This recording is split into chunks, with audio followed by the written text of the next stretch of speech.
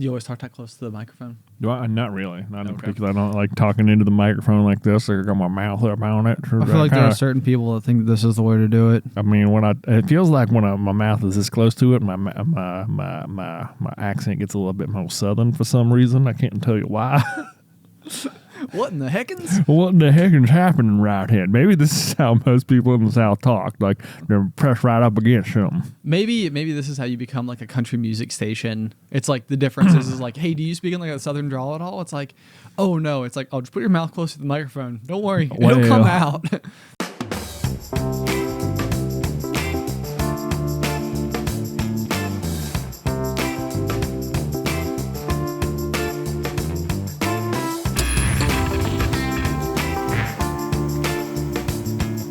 What's poppin', everybody? Hello and welcome to Popcorn Culture. My name is Ben Carlin and I am your host. Here with me today is my brother Jay, who will be in every episode. That's right. You thought you could get rid of me, but I'm still here. Who thought we could get rid of you? No idea. As a host of this particular show, it's really nothing without its like key guest. Right. Yeah. You know, it's like you're like the Brad Pitt to my, I don't even know who's the most well universally liked late night host that there is. Oh man, I don't know. It feels like Fallon now. Fallon. We'll go with Fallon. Yeah, everybody loves him unequivocally. You're the Brad Pitt to my Fallon. Okay, cool. Is that you think the rating? Or not? I don't know. Oh man, who knows? What is it about Brad Pitt that has made him so like iconically, specially like super famous in this way that is like, it's almost like when your mind goes to like reach for like obvious well-known celebrity, it's like, oh, Brad Pitt. Or is it just my mind for that matter? Like, I mean, certainly Brad Pitt is like top tier A-list celebrity. I know. Okay, but so I've thought about this before because I've had a similar phenomenon with a different member of the Ocean's 11 cast, which is Matt Damon, where I've gone through and I'm like, oh, Matt Damon, like he's in all the classics, and I'm like, Matt Damon movies.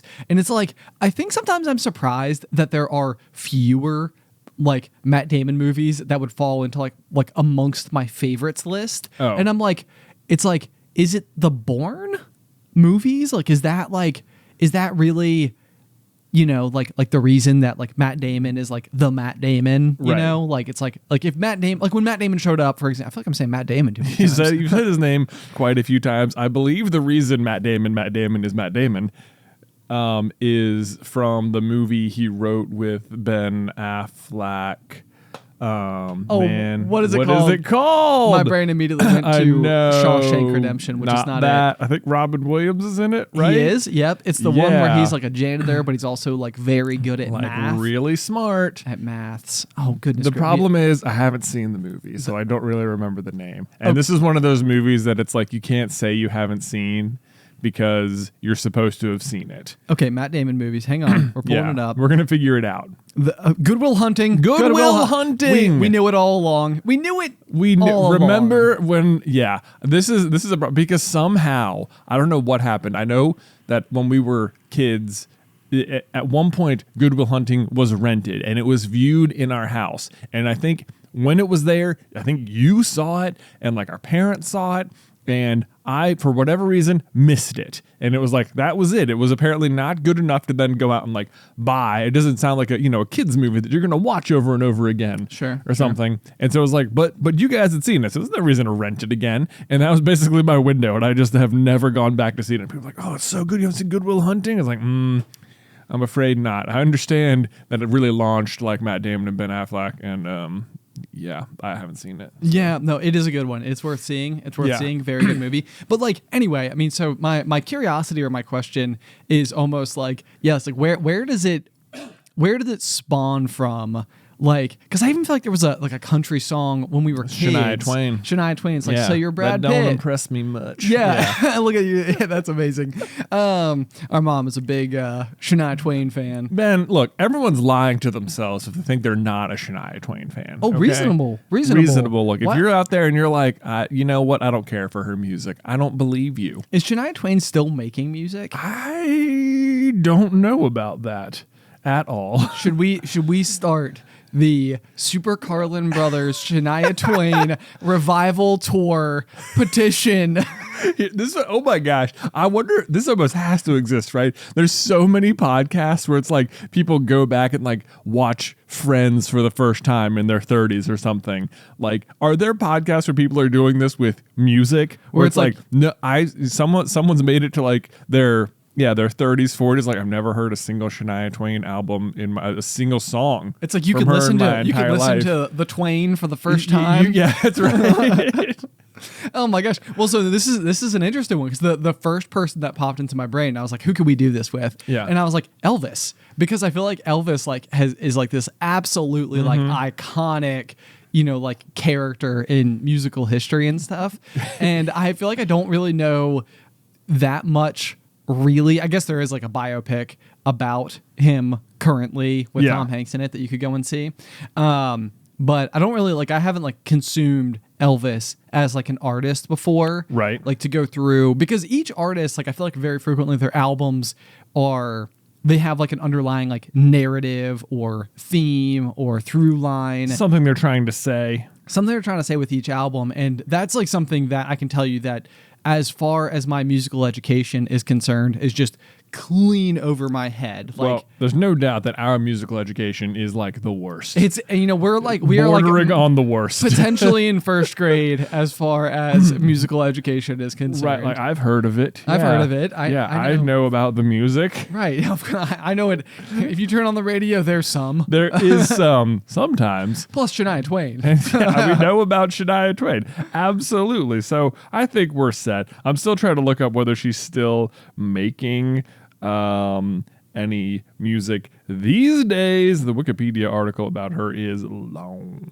Oh, interesting. So there's much to say. Okay, that's good to know. There's much to say. Maybe we should start a side podcast that is just the Shania Twain tribute cast. Oh, it looks like, okay, so it says 2016 to 2022 now. Second Las Vegas residency. So is she doing just a Vegas show these days? Could it be? Aren't you going to be in Vegas? For musical reasons? For musical reasons. Wow, you should tack onto that tickets to see Miss Twain. I'd love to. I'd love to. This would be great. Shania, if you're listening, I'd love to be there. I want to say, speaking about this, I recently think Brad Pitt was recently in a movie where he was driving a vehicle on the moon. Like, his character was an astronaut of some description.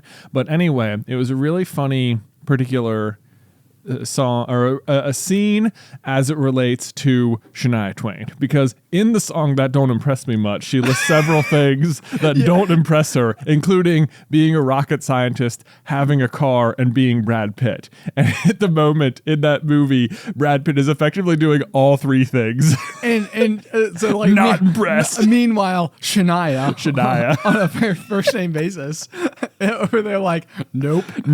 I love. Try again, Brad. I'm discovering two things about this conversation. One is that to only refer to her by her first name of Shania, like you could tell me that you were going to a Shania concert, and it would take me like 87 guesses before I got to the fact that what you meant was Twain. Like, I'm like, who's that?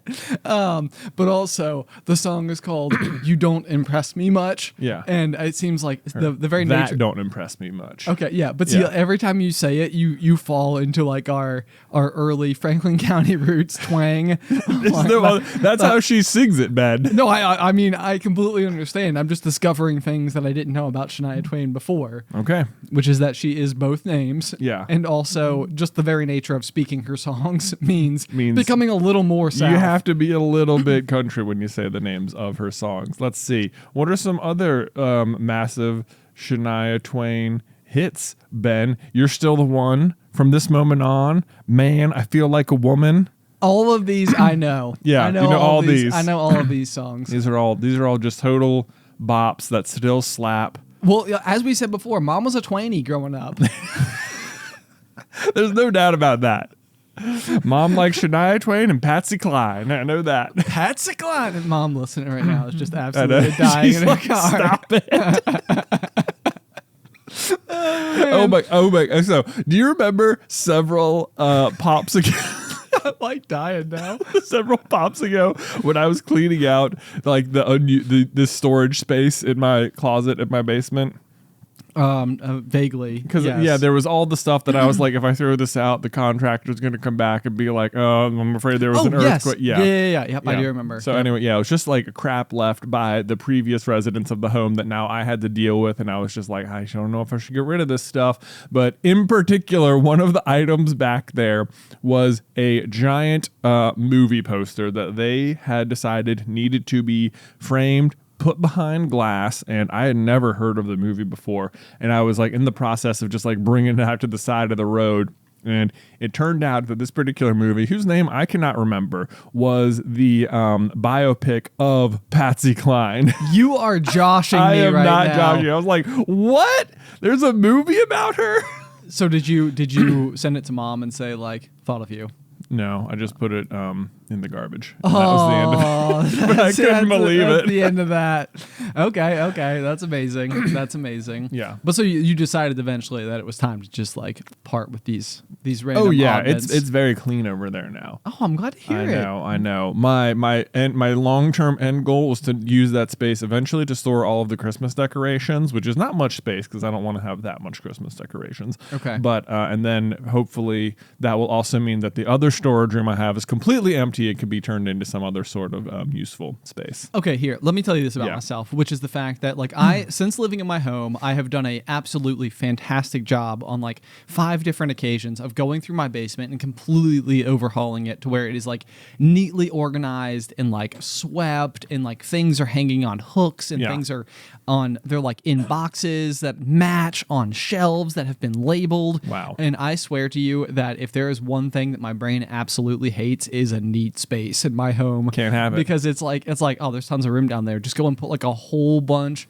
of other just bits and bobs of like halfway put away stuff. So once again, I'm finding myself in a position of just like, there are like 15 half-finished projects in my basement, all of which I just need to go through and like complete so that I can have a clean room, so that I can then start over again. Yeah. And fill it with more bits and bobs. More bits and bobs. Exactly. Rinse and repeat for the rest of my life. Wow. Because apparently this is just how it goes. This is pretty much how it goes. Why is this the case though? Like, why can't I will like reach a point of determination where it's like, I want this space to be clean, and then I will go and I will commit like a lot of effort and like trips to Goodwill, and I will like sell stuff, and I will like, dispose of things that need to be disposed of. I'll like do all this stuff. And why is it the case that you can't just like stay locked into that gear? It's like I get like maybe like 5 calendar days, which is probably like 5 subsequent Saturdays. Yeah. A year where my brain is like, all right, we'll do it. Yeah. We'll do it. And I'm aware of the fact that there is a term called spring cleaning. Yeah. Which, like, as far as I'm concerned, it's like, it doesn't matter if it happens in spring or not. Like, you can do it in, like, January, and it's still spring cleaning. Yeah. But, like, is this just a part of us? I've always thought of spring cleaning as being more of like an event you plan, not something that your brain like activates. Yeah. Well, that's fair. But you're like generally pretty tidy, like with your desk space. So I feel like we've like gone through, and you and I have the exact same desks, and they're like butted up against each other here in the office. And I feel like yours is typically like very clean and like neat and tidy and stuff, and mine is always just like a disaster zone that probably has at least 2 days worth of like leftover like coffee mugs or whatever on it that needs to be like taken to the sink and stuff. How come? What do I need to do? How do I improve? Man, okay, so I think the number one thing is that like every single day when I'm leaving, I just tidy it up again. So I try and like start every day at like 0, and I'm not always perfect about it. Certainly, like there's days I'll come in and there's like a coffee mug from the day before sitting there, but I think that's the number one trick I do. I will say that at the moment, the object that predictably encroaches upon my space is various stacks of Pokemon cards. Yeah, that's true. Yeah. I would feel like in our office in general at this point, there are like Pokemon cards stuffed into we're almost keeping the cold out. Like we're preventing drafts. Yeah, like with Pokemon cards, basically. Like, they're like, it seems like they're kind of everywhere. It's sort of this like weird problem where like, because like once upon a time, when we had like 1 or 2 boxes. It was very easy to like organize them all one way. And then we went when Battle Styles came out, we bought like 10 boxes and it was like, whoa, this was glorious. And we like very purposefully went through, sorted them, like ordered them, put them in a box, and it was like, boom, there we go. And then we did that for like the next 2 sets as well. Like they're all like very well, perfectly organized. But then we get to some point where it was like, this is like really time consuming and stuff. So, but like the idea that we're gonna eventually sort them is like still lingering around. Like no one's officially said like, don't even worry about sorting them. We'll just put this set just goes in this box and that'll just be that. Like that never happens. Okay. So like there's the idea that they will be sorted. So they're like left semi-categorized off to the side, waiting to be further organized. And in the meantime, they're just like creating clutter is what's happening in this case. Yeah. So this is almost exactly how my basement is. Yeah. It's just, it's like the organizational optimism of my brain allows it to exist because it's like, oh, you'll get to it. Like one of these days when you have time, that's what you'll do. That's what you're going to do. That's what you're going to do. And then it'll be fixed for a little bit. Until you ruin it again. That's it. Self-sabotaging. Yeah.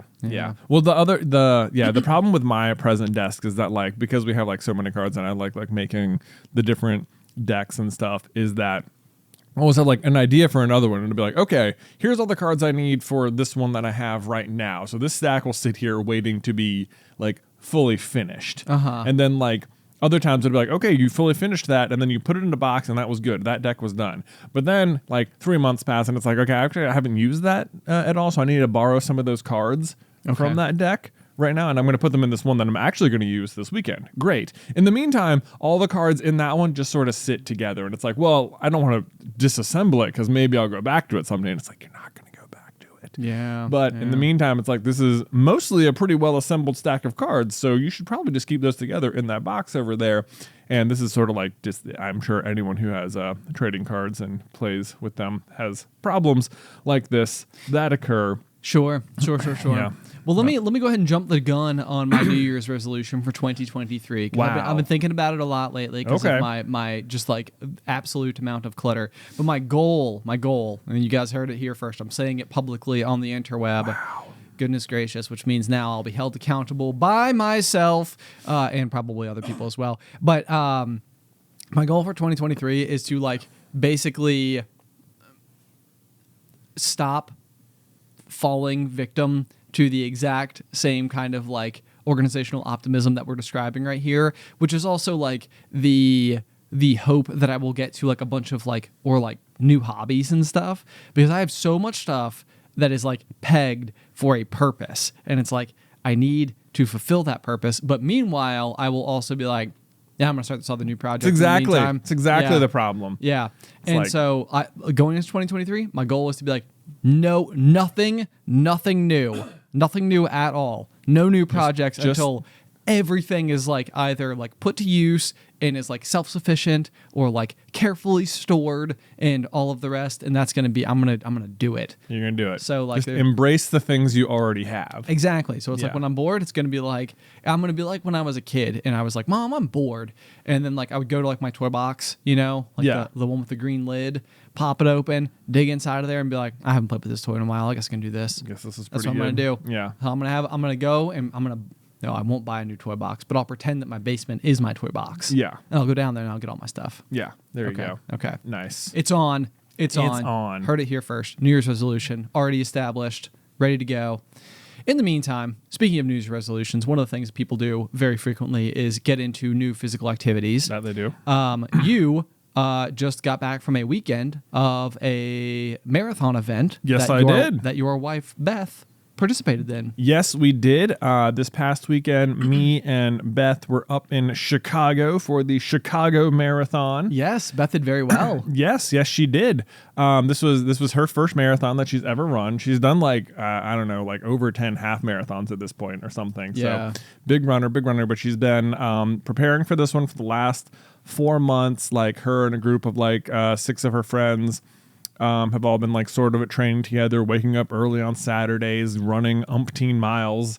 I think we were joking that like we keep talking about our hike that we went on a couple weekends ago, how like, oh yeah, one day we had to I think we hiked like 13 miles one day, and it's like we did hike 13 miles that one day, and it was a very hard hike, no doubt at all. But by the time we had left camp, I think at like 10 that morning, Beth had done an 18-mile run back at the house. Oh yeah, it was it's like, true. It was like, oh, that's so funny. Like we have it's gonna take us all day to go these next few miles, and Beth's already run further than we're gonna go. Granted, not through the woods or with a backpack or anything, but I always thought that was like a funny stat. That is extremely funny. Yeah, it's like we got to the end of like one of the most grueling, physically active days of our entire life, and basically before we even started ours, Beth had beat us by 5 miles. Exactly. Way to go, Beth. Way to go. Way to go, Beth. Way to go. But yeah, very, very proud of her for finishing the race, and she did have a really, really good race day. I mean, we could not have asked for like more perfect weather at all. It was like fantastic race conditions. The course is like very flat overall for the most part as well. And she managed to run what's called negative splits, which I know you know what they are, but if you don't know listening at home, it's when each mile is faster than the last one. Yes. So starting at around like mile 17 or 18, she like really found like a really good like second wind runner's high situation, and just like basically took off for the rest of the race and just continued to like pick up speed and finished really good. I think it was 4 hours 43 minutes. That's absolutely amazing. So absolutely amazing. And negative splits is like one of those things that I always felt like so. I feel like I had like a very like uppity mentality about negative splits, or like from running so much. It's like probably like running 101 in terms of ideal race circumstances. Yeah. And yet for cross country athletes, it is just like you have to have just the most rock solid discipline imaginable in order to actually go out and run negative splits. Right. Because you're basically like, you go down, you crouch on the line, everybody's got their fingers on like their watch buttons, the gun goes off, you click your button, and like everyone sprints basically right off the line. And so in a perfect world, you know, like you would go out and run, let me see if I can do good math here, like a 7-minute mile for your first mile, a 6-minute mile for your 7 minute for the first, 6 minute for the second, and then like 5 for the third, and you'd be like, it'd be like an 18-minute 5K. Like fantastic. Yeah, like fantastic race potential. And instead, I would usually go out and like a 5:20, and then basically just like hang on for dear life. Right. You Yeah. know, like insanely fast. Like if I was doing like a 1 mile time trial, I'd probably run like a 5:15. Yeah. And first mile of a 3-mile race, I basically just did the exact same thing. Yeah. So, anyway, There you go. so impressive to Beth for being able to actually like slowly increase that speed and successfully get to the end of the race. I was so impressed because I was like watching her like on the little race app throughout the day as she like progressed through it, and like I had all of her and her friends like race numbers on there, and so it would like track them. You could see like their little group like moving across the course all together. And I remember checking, it was like around mile 18, like all of a sudden they were all like spread out, and I was like, oh no, like someone must have sprinted ahead, or someone must have like, I don't know, had like a cramp or something, but I like zoomed in on them all. I was like, oh my God, Beth's like way out in front. No way. No way. The breakaway. The breakaway. Oh man. At that point I was like, oh man, she is feeling it. I could tell. Yeah. I wasn't surprised because she's been having like really good training runs, and she was just so amped up on the morning of, like, you know, most people I feel like are like so nervous, and she was just like beaming with excitement. So really good job to Beth. She absolutely crushed it. Amazing. Yeah. So I have some questions though about your race weekend, because you wrote down in the show notes a couple of things that gives me some room for worry. Sure. Aside from Beth's spectacular performance, which is that you have a note here that says the sponges streak continues. For those of you who don't know, sponges is an affectionate term we have here on the Pop for the act of becoming ill. Like refunding, if you will. So getting sponges, not a good thing at all. No. And I know that you guys on your vacations have a little bit of a tendency for someone to get sponges throughout. It has been this almost hilarious comical thing at this point, especially this year, like throughout the summer on all the trips. Like somebody has gotten sponges at some point, whether it is Beth herself or one of the kids, or in this case, one of our friends. Oh man. Okay. So at the very least, it wasn't you or Beth. It wasn't me or Beth. Okay. No. It was one of our friends who I won't name because I don't want to like oh my God, guess who threw up? Got sponges. Got sponges. I'm sorry. But yeah, so one of our friends, who Beth and I have both known for an extremely long time, was on the trip as part of the group, and post race, she actually did really good in the race as well. Totally finished at her first marathon as well, but was feeling a little bit ill afterwards, and like eventually decided like maybe we should go to the medical tent, and they went over there and they hydrated her back to life. But certainly but Beth was like her like little guardian while they were in there, like the one talking to the doctor and making sure all the questions were asked, which is like a real skill I feel like I do not possess. Oh, interesting. Sometimes I'll come out of like an urgent care situation and Beth will like ask me all these questions like, did this say this, or did you ask about that or about this, and I'm like, dude, okay, can I just that sounds really obvious now that you're saying it. brief sidebar, because as on the whole, I am absolutely horrific at recapping things on command. Yes. Like people will be like, "Oh, like you talked to so and so, like how did it go?" And like, "Well, so and then they said, "How did that go?" And it's like I am just absolutely it's like awful at this particular thing, which is ironic because very frequently, like one of my biggest like problems is replaying conversations in my head for like months after the fact. So like very frequently, like I'm that person, like if there's like a negative exchange or something with a person and then you're like, oh, I'm sure they didn't think anything of it. It's like, let's hope it wasn't with me, because I've been thinking about it nonstop. I've been like going through, making sure all your grammar is correct. And no, I'm just kidding. I do think about things over and over and over again. I can like remember specific like inflections and like the way somebody said something, like especially if it like rings on me. Mm-hmm. But otherwise, like so frequently I'll like walk away from like catching up with a friend or something, go home, and Alice will be like, yeah, like what's new with them? And I'm like, I should know. Yeah. I should know. I should know. It'll come back to me. Just probably give it like a week. And like each morning over coffee, I'll probably be like, you know what else he said? It was this thing. Yes, that happens to me all the time. Like, so frequently I'll like come home from work and Beth will ask me like, oh, how was your day? How's everyone doing? What did everyone do this weekend? And it'll be like, I can like vaguely recall like everyone said like in one sentence what they did this weekend. And maybe if I'm lucky, I can remember all those things and relay them to them. But certainly I don't have any like follow-up information about it. And be like, oh yeah, did they go do this thing? I'm like, Or sometimes so often it'll be like, oh, can you ask Ben about this? And then it'll, days will pass. It'll be like, did you ask Ben about this yet? And I'll be like, no. It's like clearly something that she'll be like thinking about every day because it's like preventing her from making a decision one way or another.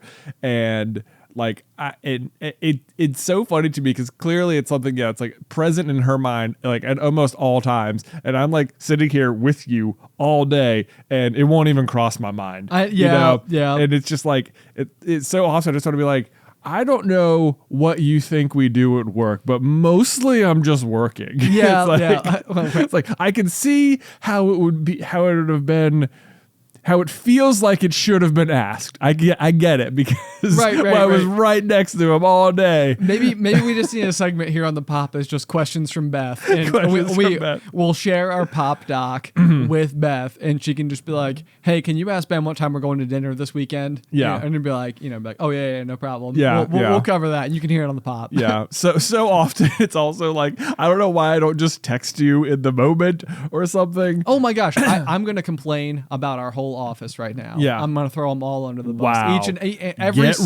Every single person in our office. If we ever don't know the answer to a question, open your phone and Google it in that moment. Dude, that exact thing. I know. I've literally been trying to be better about this exact like act, because I feel like so often I will have like a problem or like a question that I'm just like general knowledge has not reached me throughout my life. Right. But I will feel like the question will hit me and I will feel embarrassed that I don't know. Yeah. And the embarrassment of not knowing will halt me from searching it. Like, as if like, if you search it, you're really admitting you don't know. And it's just like, interesting. Okay. And it's like, it will be embarrassing that you had to search that. And it's like, but isn't it more embarrassing to continue not knowing? Well, so, okay, that's sort of like my thing so frequently with this particular example is that it's just like very frequently it's like we'll be like talking about like, I don't know, like a piece of math or something, and it's like, oh, what is that? Like, what would that conversion be? And it's like it's I mean, I'm guilty of this exact same thing too. That's why I feel comfortable throwing everybody under the bus. But it's like, we could just look it up. We could just open our phones and be like, hey, how many of this is that? And it's like, aha, now we know. Now it's done, and we don't have to wonder aloud. But that's usually the thing. Like, whenever this happens, I'm like, are you unaware of the fact that this is extremely discoverable information? Like, it has made me wonder sometimes whether or not the like willingness to look something up, or even the knowledge that the information is very quickly findable, is potentially more of a skill. Like, because it sounds so obvious. Like, I mean, people Google stuff every single day. It's one of the most, like, it's like one of the biggest brands on the planet is literally like a window box that does one thing, which is answer questions. Yeah. So it's like, I know that people Google things constantly, but it's like, is it the case that this is something that like my brain has maybe had like a tiny amount of like additional like streamlining to where it's like, don't know the answer, but I can find it. Like, yeah. I do think you have to like build that like path in your brain. Like, I'm going to look it up right now. Right. Yeah. Yeah. It's like, this is a solvable problem. Solvable problem. Yeah. Okay. So that's a curiosity. Like, how often, because the other end of it too is that I think sometimes working through a problem mentally in your head can also probably like build its own muscles. Yeah. Where it's like, the information's back there. Let's talk about it and see if I can like spark the memory. Right. Like refresh it. And so there's probably something to be said for that as well. Yeah. Kind of like just work the problem. Yeah. Like, I'll get there. Like, don't always lean necessarily on it, because there's always those instances where you could be in a survival situation out in the middle of nowhere with no cell service, and it's like, how do you build a fire by rubbing two sticks together? Right. Let me Google it real quick. Right. It's like, yeah, that is like certain information is like, I know that information is out there, but like also, what if like in that situation, it's like the chances are, like, if you're in a situation where you need to look up how to make fire by rubbing sticks together, chances are you don't have a phone. Yeah, that's true. Okay, That's true. On this topic though of like looking stuff up, let me tell you one of my absolute pet peeves of the internet sometimes is when, so this happens to me, I feel like, I think maybe the most classic example is with like recipes or cooking, but I think it happens all the time across many topics. Okay. So here's what happens to me a lot of time. Like a couple weekends ago, Beth was on one of her runs, and I decided that me and Luke and Nick and Nate were going to make chocolate chip cookies. Right. Okay. So I just go to Google. I'm like, chocolate chip cookie recipe. Perfect. Right. Yep. Boom. Of course, there's 5 bazillion results because it's like the most popular cookie on the planet. But this, you just click on top link or whatever. And rather than just being like chocolate chip cookie recipe, here's ingredients, here's what to mix together first, you have to read chocolate chip cookies.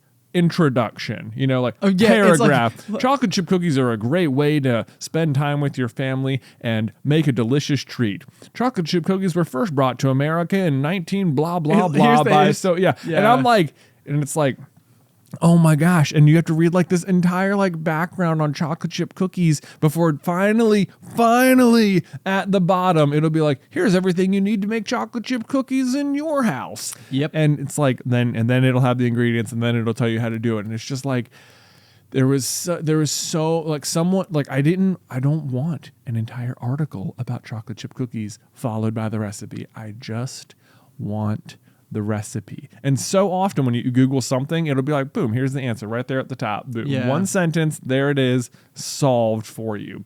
But so there's like, it happens a lot with food. And like, I know why it happens. Yeah. And it's like, because the website wants you to spend more time on the website, and it wants you to have to scroll past the ads, because the more time you're on the site, the more they can sell the ads for. And like, I get it. Like, I know why it happens.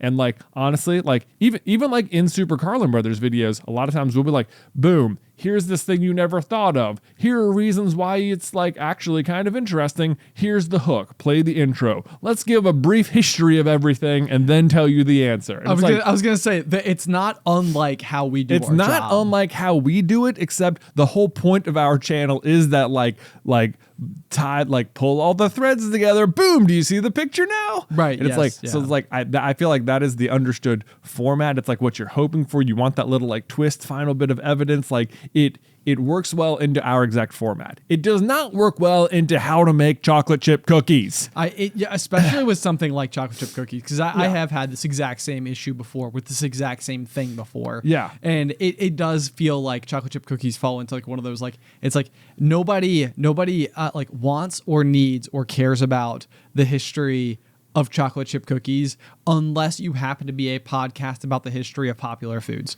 Right. Which, you know what? Not a bad idea for a podcast. Not a bad idea. I'm sure it's out there. And it's like if I want to know the history of chocolate chip cookies, I am positive it's out there. But every single recipe I look up online does this exact thing, where it's just this like entire blog post about the nutritional value of smoothies or why kale is great for you. And it's like, I just tell me how to make the food. Yeah. It's very annoying. I'm sorry. I don't like it. It happens all the time. It'll happen. I mean, yeah, it doesn't matter. Okay. This is my soapbox and I'm standing on it. Thank you for coming to my TED Talk. Thank you for coming to my TED Talk. TED Talks are these fantastic speeches given by people who are really progressive in their fields and have a brand new take on things. TED Talks were first started in America, like this is, and then they give you a TED Talk at the bottom. You know what I mean? Get to the TED Talk. Yeah, and then you eventually get to the TED Talk. Very intellectual of you. Yeah. Oh my gosh. Well done. Well, anyway, so your friend on the particular marathon weekend trip is in the medical tent and has not received sponges yet, but pending. It sounds like there were some sponges pre-medical tent. There were some sponges mid-medical tent. There were some sponges post-medical tent. They, by the end of the night, were totally fine. They came to dinner with us. They had food. They were great. All was well. But it's not uncommon for like big runs and stuff like this to induce sponges of some kind. Sure. For sure. So that's not uncommon, but it was just funny to me that specifically Beth ended up in the sort of like caretaker role, like again on a vacation we were on without our children this time. Yeah, so I was like, yep, it's still here. There's just no escaping the sponges. There's no escaping the sponges. The omniscient. Yeah. They're here. They're it's happening. Okay. Mm-hmm. So the other note that you have in here that makes me kind of excited is that you say you are personally very motivated. Oh yeah. In the wake of being in like a race environment. Absolutely. This happens every time I'm like in some sort of race environment. It's just like, man, maybe I should do some running. Maybe we should just like, lace up those old trainers and go and hit the blacktop. The blacktop, I've got like the treadmill at the house. I've got, plenty of roads to run on. I've got certainly, surrounded by support. Maybe I should do some running. Maybe I should run it. Like, part of me is like, this is a marathon in particular is like one of those like bucket list items where it's like, yeah, I want to do that at some day, but it's like, you're going to have to actually go out and do it though. It's like, it's not like just like oh yeah. You know what I'm going to do this weekend? I've been meaning to get to it. I'm going to do the marathon. This is it. You know what? I finally have the free day. I'm going to have all day to do it. And there's a race downtown, so I'm just going to go do it. It's like, that's not how it works. Yeah. It's like, you need like half a year to get ready for this thing. I know. That's the thing is, and this is the other like thing about it is that like I know that like if like you and I and like our buddies from high school, the GMA, put together a plan to do a marathon together, is that we would probably pick something that is unnecessarily difficult on top of already being a marathon. Yeah. Our preparation would probably be about 1/8 of what Beth did. Mm-hmm. And we would probably go, and I imagine like very painfully experience the event. Yeah, the event would happen to us. The event the event would be forced through our bodies. Yes, exactly. After which we would just be tangled messes of sore and hurt and pain. There's no doubt. And all of the rest. So maybe what we need to do is just like, Big Beth, you are our coach. We'll follow the instructions. Boom. Give me a plan. I'll do the runs. That'll be that. We'll see you on race day. See you on race day. Race day. That'll be fun. Yeah. So I'm at the moment I'm feeling like motivated, and I'm like, and then, like in the back of my mind I'm like, yeah, but you always feel this way when you're around like the races, when you're in the finish line and you're surrounded by the people, and it's like, but then it always fades. So maybe don't put too much stock into it. And I'm like, no, but and then the other part of like the other shoulder angel's like, no. You have to take advantage of this motivation right now because it's gonna fade. It's gonna fade, and then you're not gonna do it. You gotta seize the motivation. You gotta seize the motivation, exactly. That's an interesting way to look at it for sure, because I agree with you. The very sentiment that I have shared is like exiting an event like this, having that motivational high, and then finding myself like a few weeks later being like, a couple weeks ago I was so excited about the prospect of doing this. And I would say that this is like what happens to me so frequently throughout life. Like I constantly have like new ideas for projects that I want to do, and I'll feel like 110% about them for about 2 weeks until it either like sort of meets its inevitable end, just because of like lack of resources, time, ability, like whatever to like complete the thing. Right. Yeah. And so this is like one of those where I'm always so torn, because it's even like with Super Carlin Brothers, for example, again, if you want to go back to that, because it's sort of like this, it's an example of a project that we started and it was like, we so easily could have just like never actually did it. Yeah. And if that had happened, you know, you would have been like, oh yeah, like once upon a time, like my brother and I talked about doing this like YouTube channel, or even getting like 10 videos in each and then just being like, this is too much work. Right. Like, yeah, we very easily could have like walked away. Yeah. And so like at times I've thought before about like that prospect where it's like, oh man, we should like totally open up like a Carlin Brothers Coffee shop, you know, like a storefront here in Roanoke. And there have been times where I've gone through and I found like a location in an area that I liked, and it was like, okay, I think this could work. This is super cool. And then it's like, yeah, but we have a lot of other stuff going on right now. It's like we don't do it. But it's like, what is the world where we just like did it and now we just like own it, and it's like part of like our daily like routines and rituals and stuff like that. Like it's interesting to me sometimes how like how close you maybe got to a project that like was a fork in the path. Yeah. It's like if you took the right, then like 10 years from now, that's still part of who you are. And if you take the left, it's like it's another discarded project that goes by the wayside. To be fair, though, I would say that many of these types of projects that don't end up taking place, the ones that like really are like sticky, you know, it's like they're always sort of like I feel like they constantly like float through my orbit. So it's like sometimes I'm like, I just haven't gotten there yet. Right. You know, it's like, doesn't mean I won't. I just haven't gotten there yet. Exactly. Okay, Jay. I have had something hanging out in our show notes for a few weeks now, and so I have like wanted to like bring it up, and felt like I realized that there's like a very good segue that we could have used earlier, and so anyway, I'm gonna go it now. In a recent episode of our Jay versus Ben's, I kept making a joke about like an article that I had read that suggested like all of my various like tendencies, like forgetfulness, are actually like an identifier of intelligence. Okay, I do remember this. Yeah, or like possibly even like bad handwriting is like it just suggests that like your mind is moving faster than like your hand, and that's like because I have terrible handwriting. So like basically, I was finding all of these reasons why like some of my greatest shortcomings are actually just an indication of my true strengths. Of course, naturally.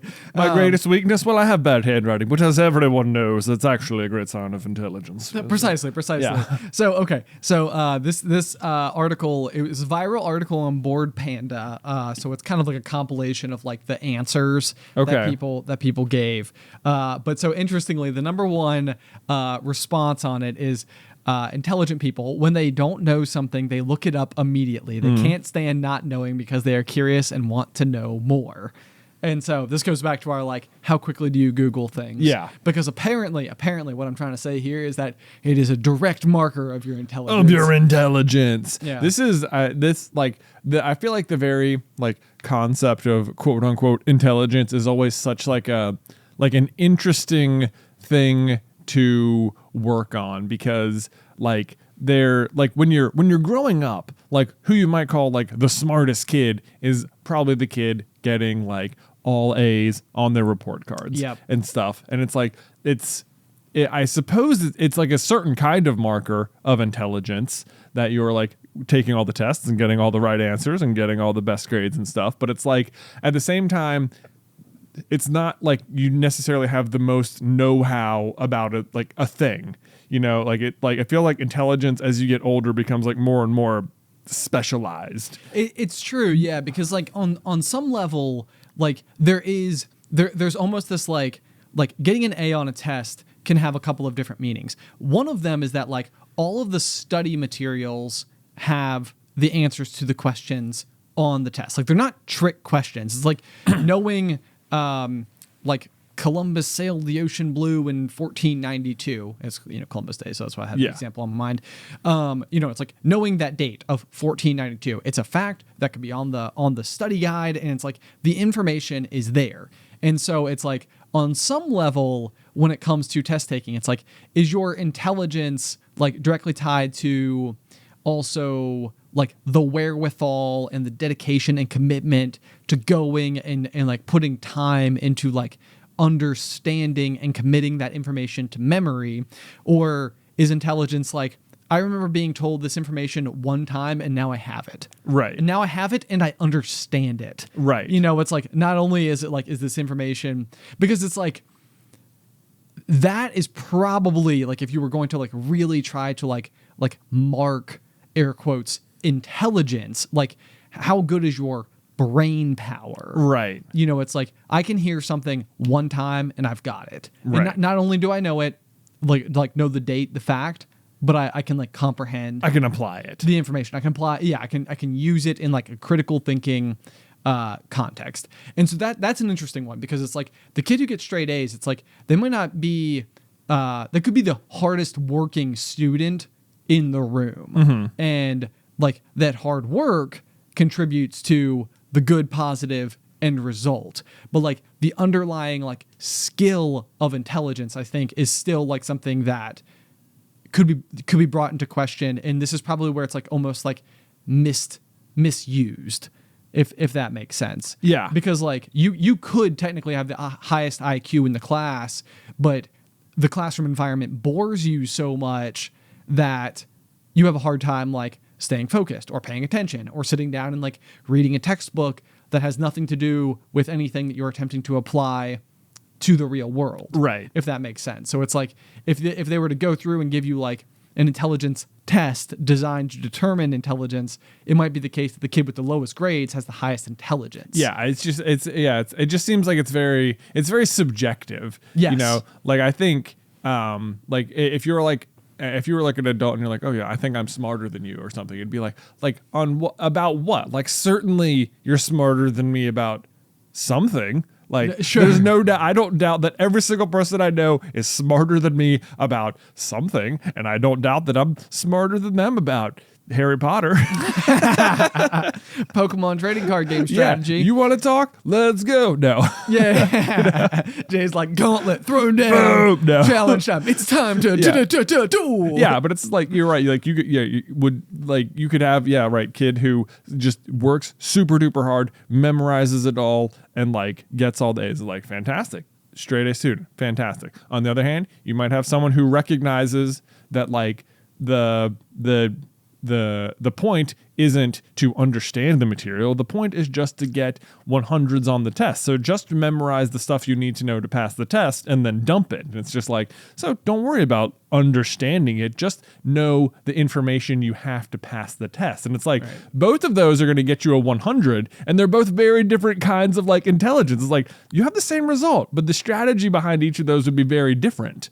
And it's like what would count as more intelligent, you know? I don't know. See, I think this is part of what led me down this is actually that what you just said is almost exactly what led me to this particular article, because I have noticed that like the more and more like projects that we kind of have going on, like the more commitments that I have by way of like becoming like a new parent, you know, being like a husband, like trying to play like, you know, the necessary like roles that I have like in our family as like a greater like entity and stuff like that. Yeah. Like, I am finding that my mind is having like a slightly harder time holding everything in place at once. Sure.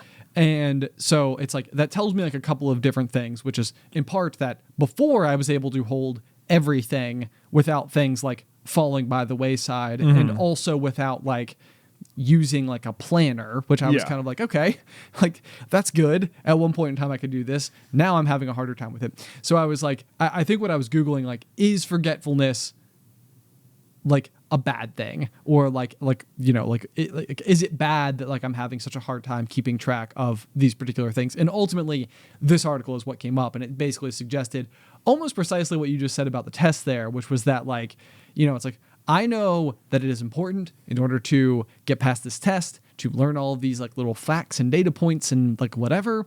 And then once that test is over, I have no need for this information. And my brain is just like, boom, you know, like yeah, the little jelly beans from Inside Out are sucking it up with like that vacuum thing. Yeah. And hopefully on some level, what that means is that your brain then remains very like lean, you know? Yeah. Like you don't have like a whole bunch of like extra clutter up there. Right. It's like why like why do you know that random factoid? Like why, like, and it's like what I'm really asking is why has your brain not evacuated that particular factoid? Like, yeah, like what made you hold on to it? Right. Like it's precious to me. Man, I remember in my junior year of high school for English class, we had like these weekly like just vocab tests where, you know, I mean, it just extremely basic. You know, teacher would hand out this, you know, list of 15 vocab words. You would have to spend time looking them up and then filling in sentences and, you know, just, you know, very, very regular vocab stuff. Yep. And then at the end of the week, you'd get another test, and you'd get like a quiz, and you just have to answer it based on memorizing the definitions or whatever. Okay. And so the initial worksheet that would be handed out on Mondays, I always remember being a total drag because it would take like an hour to like go through and actually look everything up and then like fill out the entire worksheet, whatever. Yeah, I remember those. Yeah. So it was like they were just really boring to do. But as it were, our next door neighbor was one year ahead of us in school. And so I remember talking to him about these exact things. And he's like, oh, yeah, I think I have all mine from last year if you just want to have them. Oh, wow. And I was just, I know. And I was like, yeah, thank you. That's amazing. Yeah. And so he just handed me this whole stack of them. And every week I would just go through and just write in all the answers on the worksheet. And, you know, then that would be that. And I remember telling Beth about this and being like, what? That was like, that's not fair. You were like cheating. And I was like, I don't know. Like, and then like in my mind, and if it was, I'm sorry, Miss Davis. Not really. Class sucked. But anyway, because I think Beth was actually in that class, so there was some good things about it. Oh, nice. That's nice. That's good. But anyway, my argument was like, no, look, here's the thing. Like, it didn't matter that I didn't go through the process of like manually looking up the words, because whether or not I looked them up, you can't like use the worksheet on the quiz. The point is that you memorized the information for the quiz, and like took like, if I didn't know what the words meant, it doesn't matter if I got like a check mark on the homework because I'll still fail the quiz. Right. This is just like skipping the act of looking them up, which is the information I actually need to study. Right. And this is like, it's sort of an interesting one because like I know for a lot of people, like flashcards, for example, could probably fall into a similar category where it's like, for a lot of people, I think the nature of writing out the flashcards is part of what helps them remember. But on the flip end, like if you were to hand me a stack of 50 flashcards and I could just study yours, like that was not true for me. Like the nature of like writing something, I would usually let my brain go on autopilot and I would be like transcribing the information literally without comprehending anything that I was writing. Like, just like the letters are in order. Exactly. Like I'd be thinking about like next week's cross country meet while also writing down the definition of like the word vocabulary. Right.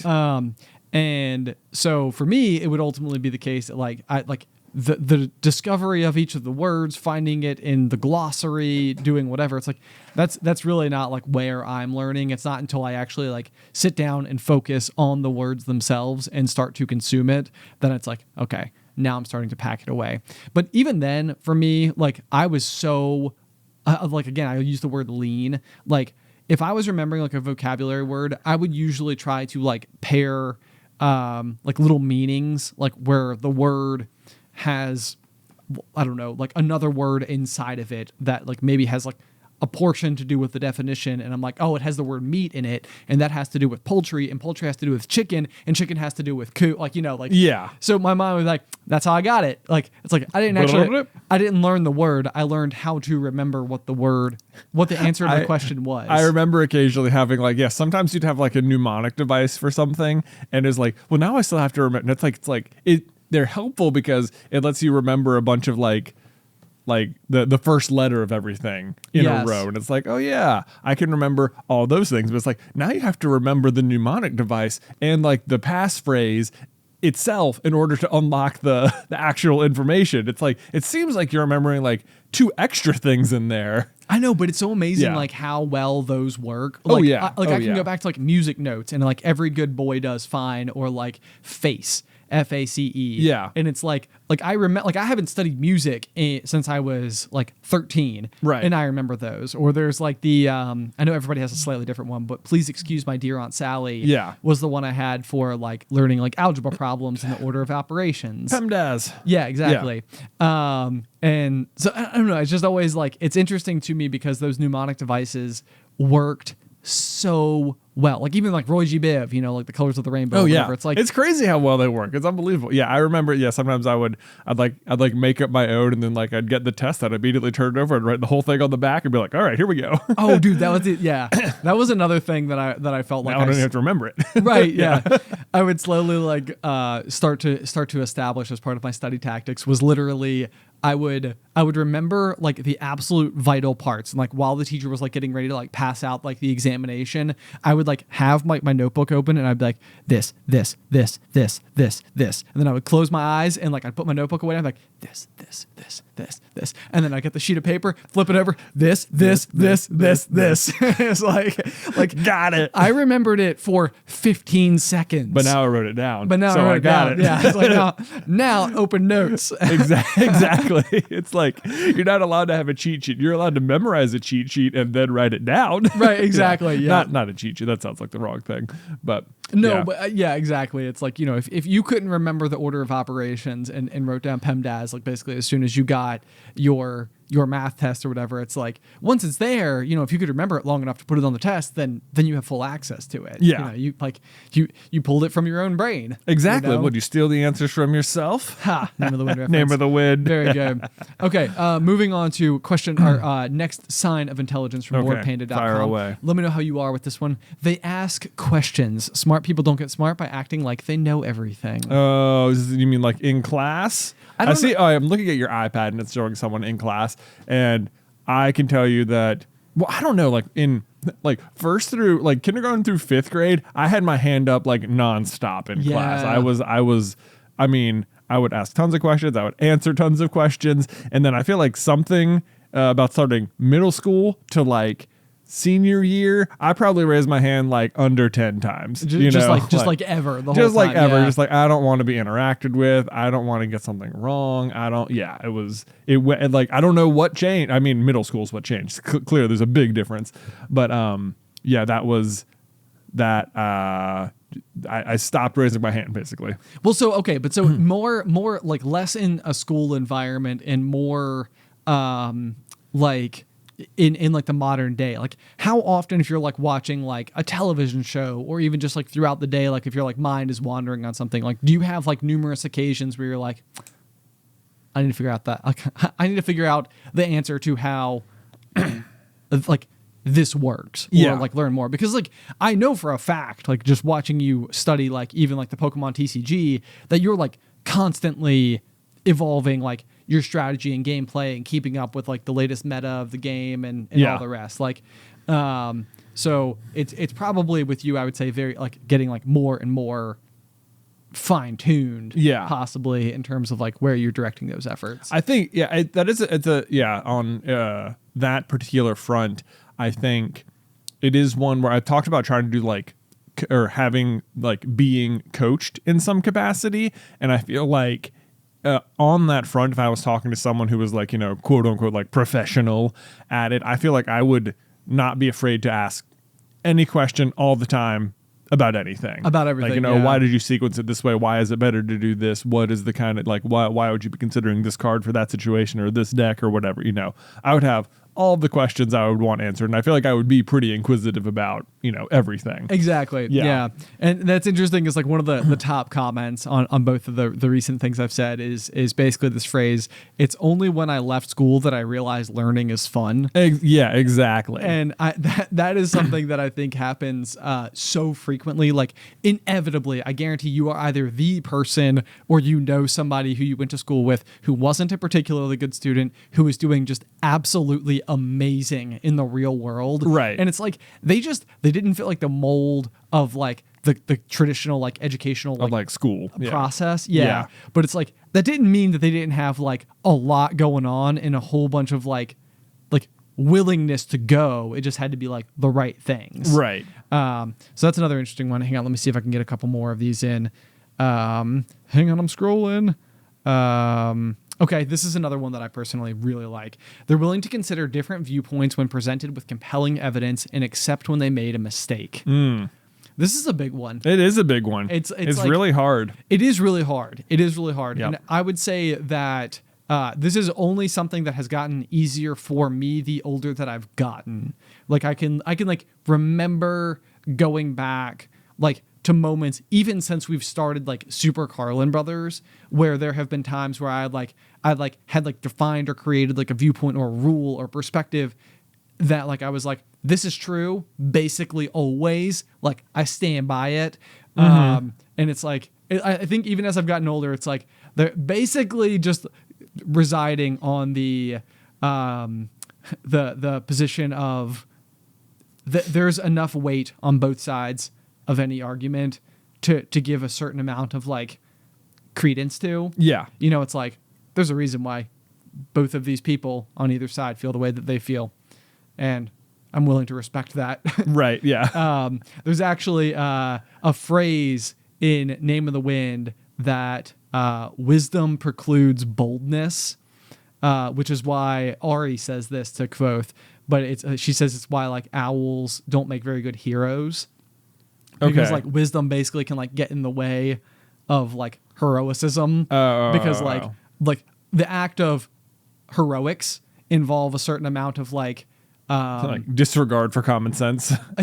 Like disregard for common sense, or even just like conviction. Yeah. You know, that like to be a champion of an idea is to like to believe it. Right. And so this is like one of those things where I'm like, it's interesting to me because it does feel like it's like maybe like the wiser you get, the less likely you are to then like become heavily involved in one of these conversations.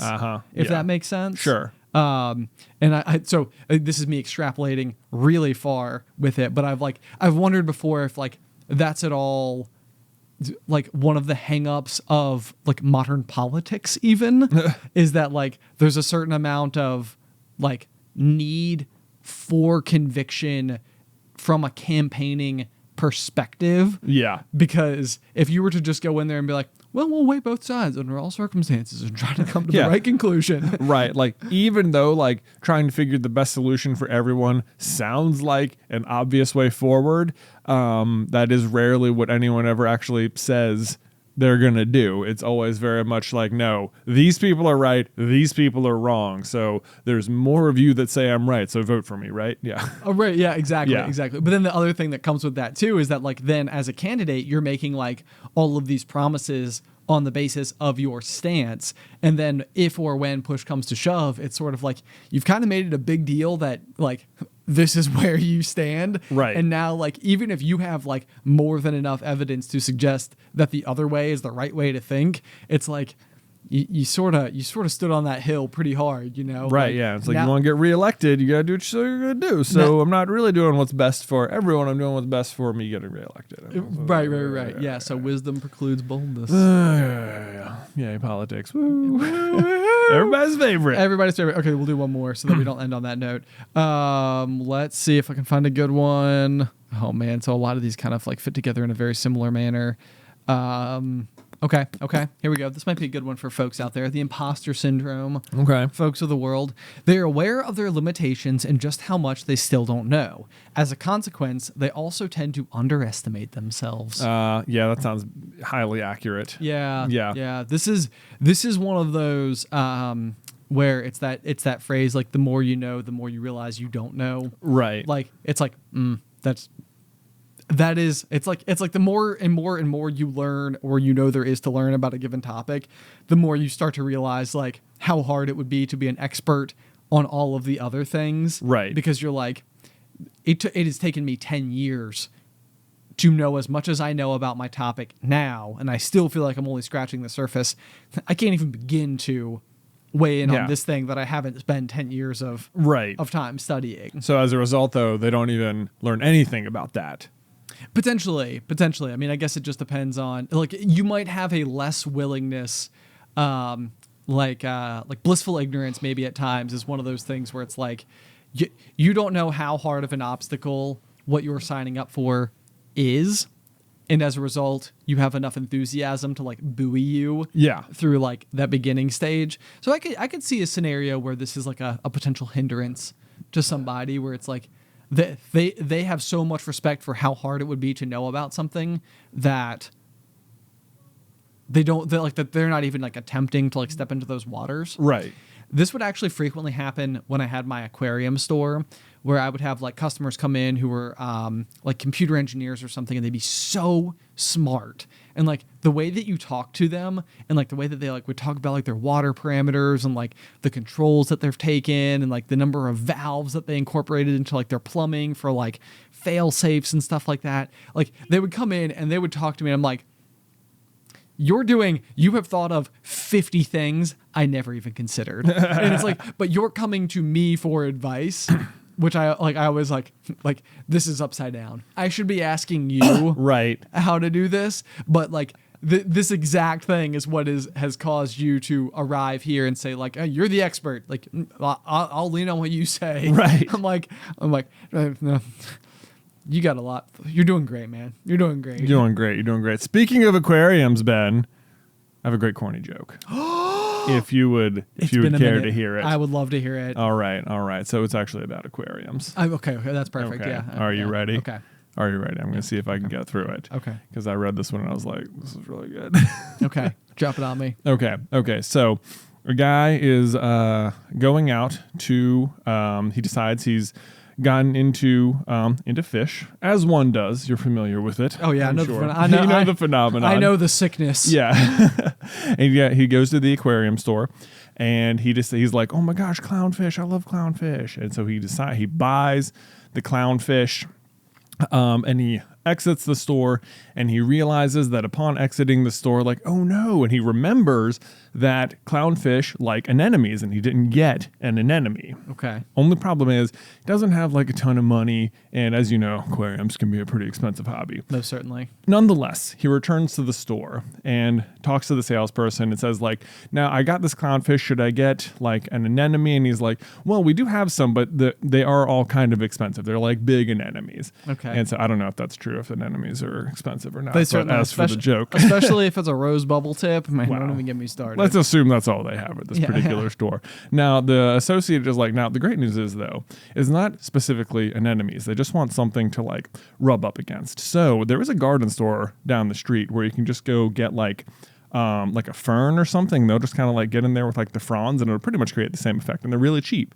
So he's like, oh, okay. All right. Well, I don't know. I really want the anemone. But anyway, he decides to take the guy's advice. He goes down, and he's pretty skeptical about it, but he buys the fern, and he goes home, puts the fish in the tank, puts the fern in the tank as well, and is watching it, and the clownfish immediately goes over and starts swimming in the fronds on the fern. And he steps back just so satisfied with his decisions and says, wow, with fronds like these, who needs anemones?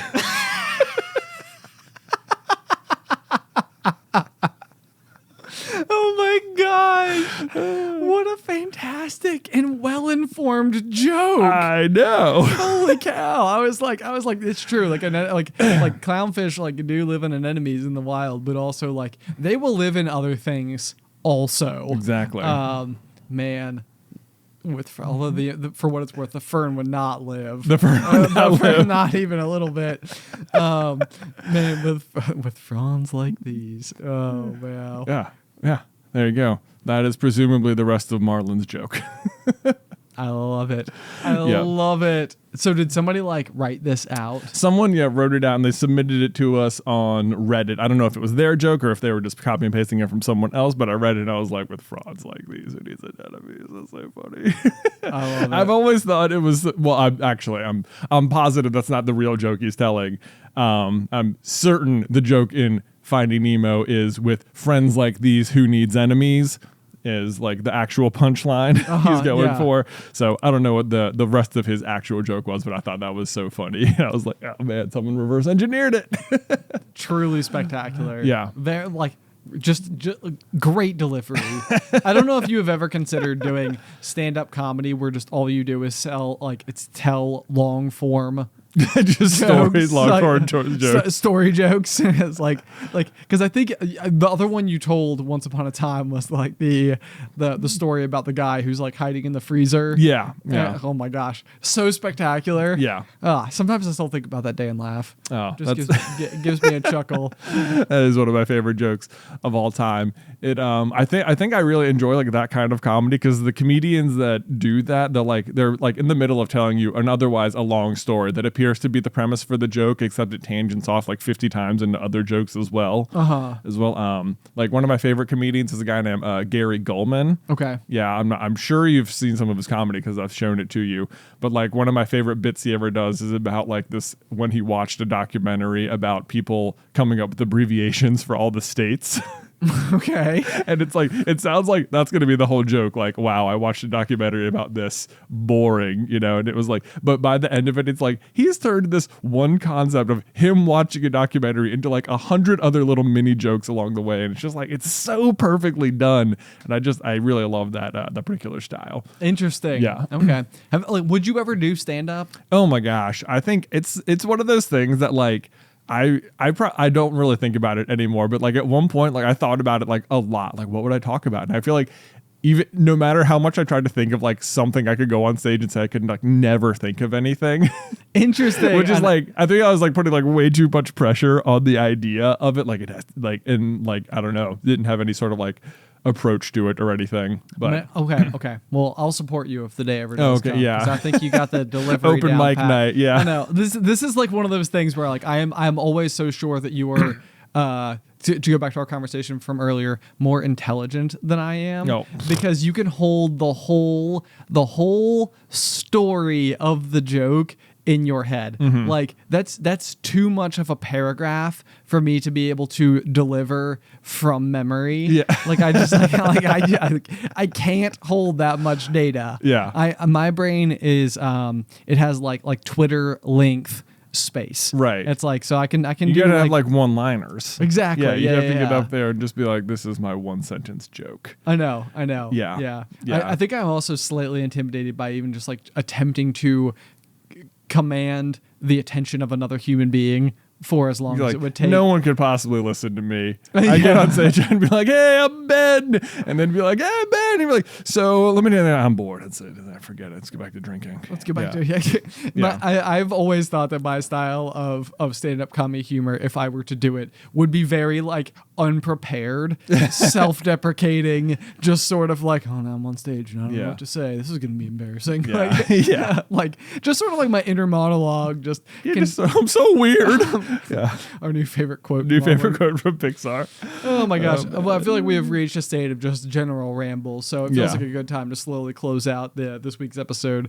I do want to remind everybody that we do have a brand new piece of exclusive quarterly merch, which is now going to be available for the last 3 months of 2022. What we're going to be doing is a custom set of RPG dice, so like the full set, like all 7 of the various dies that you may use in a game of D&D, and to accompany those die will also be an exclusive recording of Jay and I's first ever D&D campaign. That's right. It's going to be super fun. I'm very excited. I'm very nervous to record the episode, but we're going to be doing it here with the other team members at the office, and I'm super jazzed. I think everybody else too. Like as soon as they heard the idea, they're like, "Oh, this is going to be fun." I know it's going to be fun. I have to tell you, the number one thing I'm like stuck on is whether or not I could, should, or would do like a voice of some kind. Because pretty much the only voice I know how to do is my Shania Twain voice. I mean, Ben, there's nothing wrong with going